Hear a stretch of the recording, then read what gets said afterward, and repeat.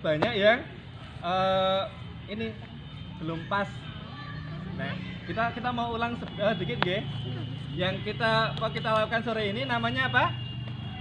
Jemparingan Mataraman atau lengkapnya Jemparingan Gagrag Mataraman Keraton Ngayogyakarta Diningrat. Nah, kalau kita mau Jemparingan Mataraman, kita cara duduknya itu ada aturannya. Nggih. Yuk, kita ulang lagi nggih. Harusnya gimana? Kalau sasarannya di depan lenggahnya piye? 45 derajat. 45 derajat betul. Duduknya nyamping. Nah, 45 derajat. Maunya jeung manah riko to? Lenggahnya nyamping. Terus perhatikan kaki kanan selalu di depan. Coba dicek sekarang. Siapa yang masih kaki kiri depan?